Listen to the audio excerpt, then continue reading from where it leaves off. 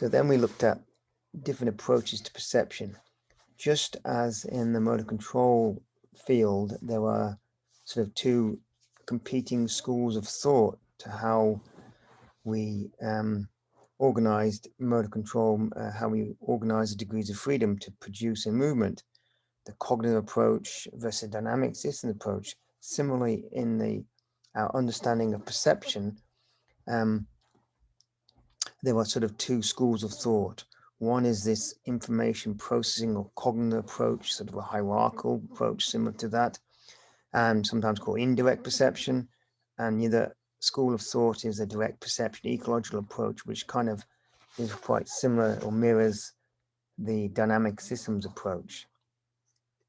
So the cognitive approach to perception basically implies that when you're looking around the world, before you want to interact with an object, do something with a chair, sit on a chair, open the door, whatever, we have to perceive what that object is. And we use the retinal image and we take it to memory and we recognize that through our brain power, cognitive processing. We process the image and determine what it is. We determine whether it's a chair or a door or a table or whatever it is. And then based on our perception of our object, what we've organized, we select a response accordingly, like go and sit on it if it's a chair, or kick it if it's a ball, whatever.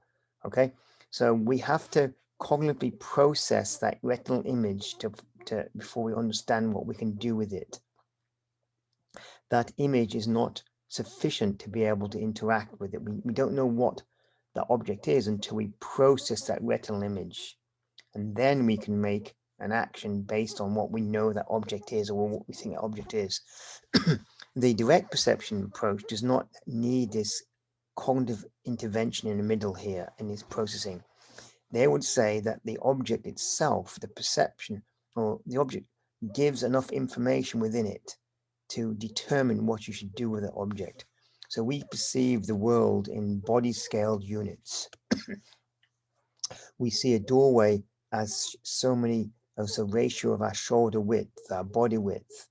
We don't see the doorway or a door as 3 yards, or I'm sorry, 3 yards or 20 feet or 6 meters away. We see it as the number of steps it's going to take us to get to that door, that wall. So everything is perceived in body scale units, and the perception of the environment is a direct process, not requiring cognitive processing.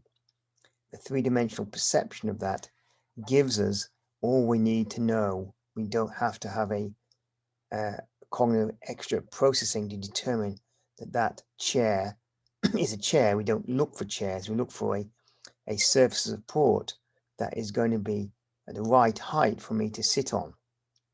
We perceive the world, as I say again, in our own body scale dimensions. A toddler does not perceive the same world as a 6 foot tall person. A person who's disabled in a wheelchair will perceive the world very differently than we do, a normally abled person who can make steps.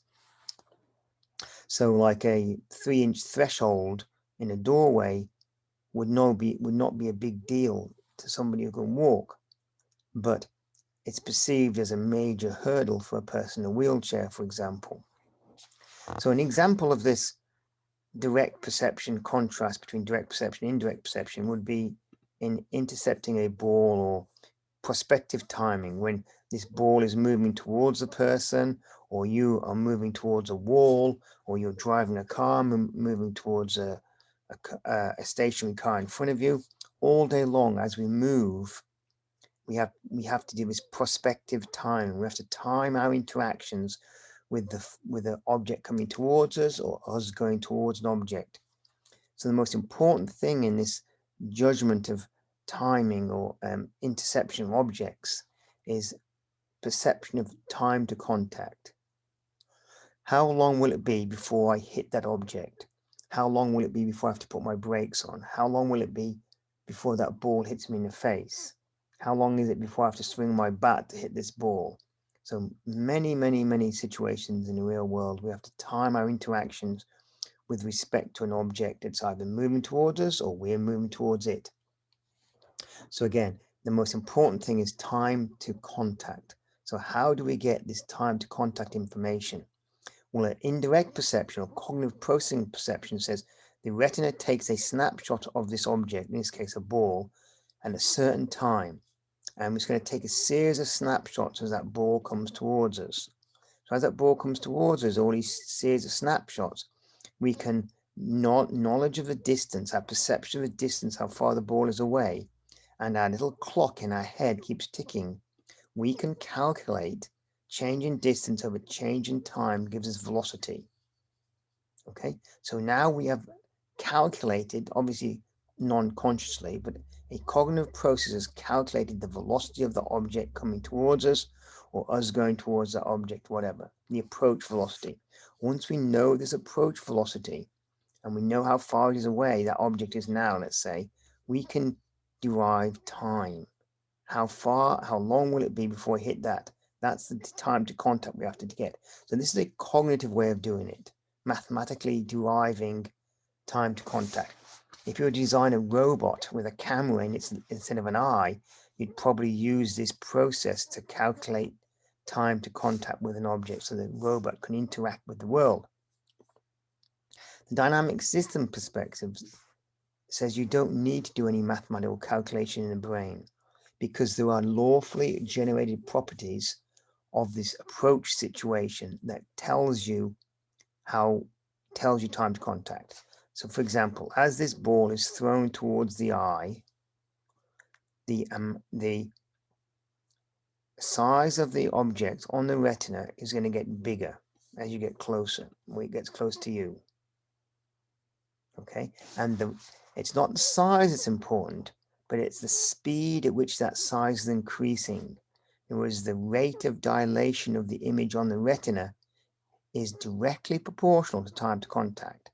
So this looming effect, it's the speed at which that image is looming, is dilating, is getting bigger, that tells you time to contact. Again, not the size of it, that's not important. I could stand in front of a wall 3 feet away and the wall would have a huge image on the retina, but that's not important. It's the rate of change of the image. Just as I talked about the rate of change of sound in the Doppler shift, the Doppler effect as a car goes by you, the rate of change of pitch is the lawfully generated property that gives you time to contact with that car, or how far away that car is away from you. You can determine by the rate of change of the pitch. The same thing occurs for light rays. The rate of change of the image on the retina is directly proportional to the time to contact. So when we approach an object, so like here we get this optic flow, we want to determine time to contact with an object. It's the rate of change of that object on the retina that gives us directly proportional, gives us time to contact. So these optic flow then is very important in guiding actions. So this is examples of optic flow. As I'm walking towards this tree, everything's going to radiate, flow outwards from that central location. Wherever that central location is where we're moving towards. If I was to aim or walk a different place, of course, the optic flow patterns will change. This optic flow drives action for balance, for posture, for walking, for whatever.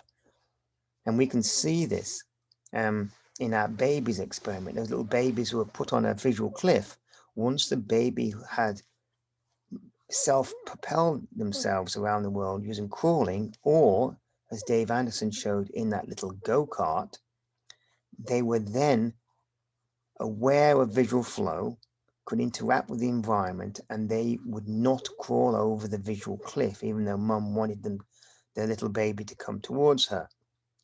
The baby who had no experience or little experience of crawling, little experience of visual flow, had not yet learned what this meant.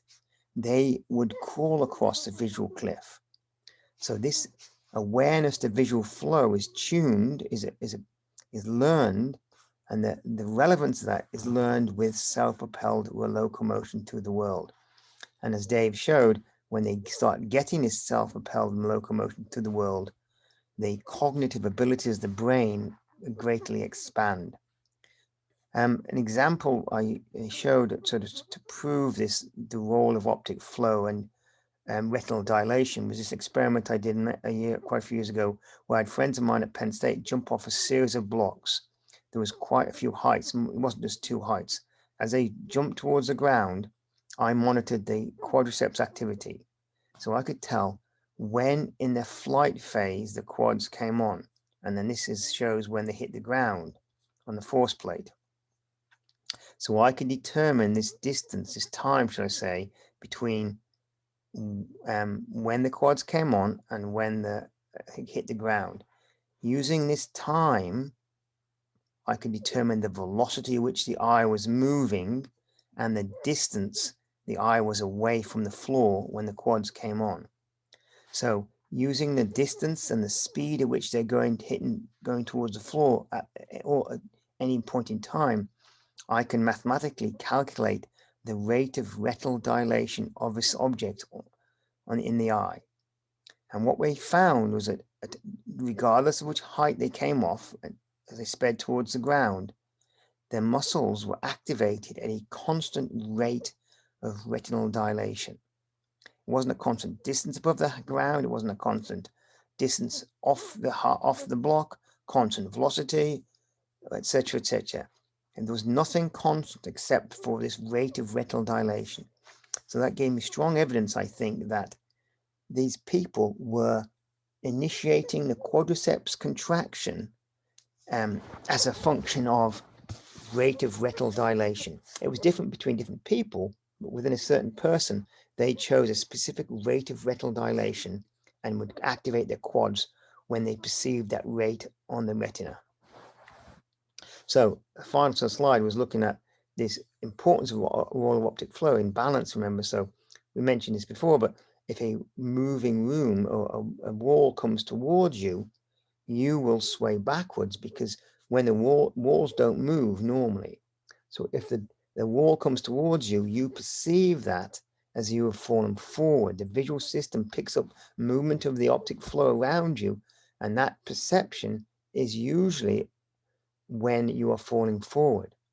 So if the walls move backwards past you, it mimics you falling forward. Therefore, what you will do, of course, is plantar flex and lean backwards, get away to try to stand up straight. You're not afraid of the wall. You're just trying to maintain what you think is upright balance. If the walls move forward away from you, you perceive that as you must have fallen backwards, and therefore you will lean forwards a little bit at the head. So again, optic flow, visual perception, extremely important in balance. Vestibular system has a little role to play. Proprioceptive information has a much bigger role to play.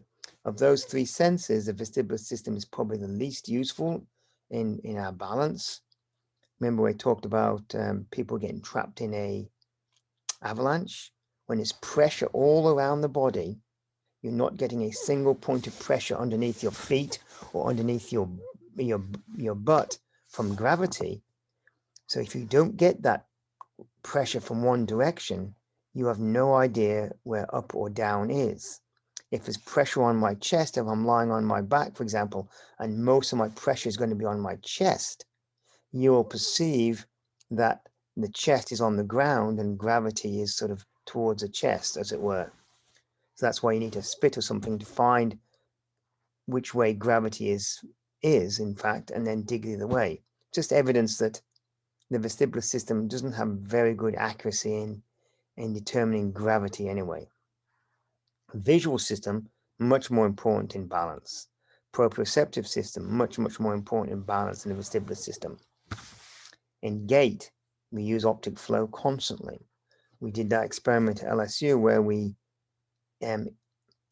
had a projector in the ceiling that was projecting dots of light on the wall that mimicked optic flow movement, as if your head was moving, and through the environment the head was not moving.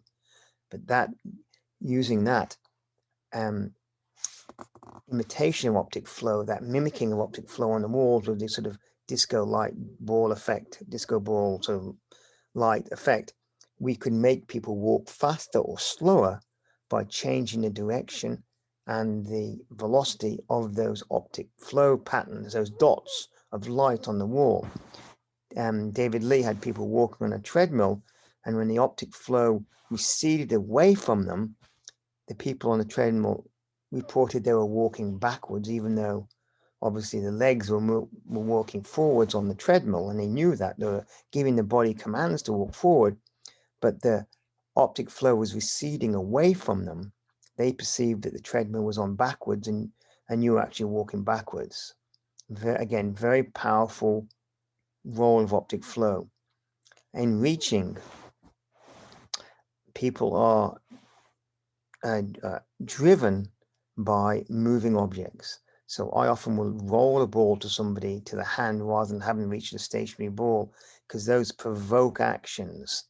And in England, at the stroke unit, I'd have play soccer with some of my patients, because that would, a rolling ball sort of force them to, well, not force them, but encourage them to move the leg to kick the ball.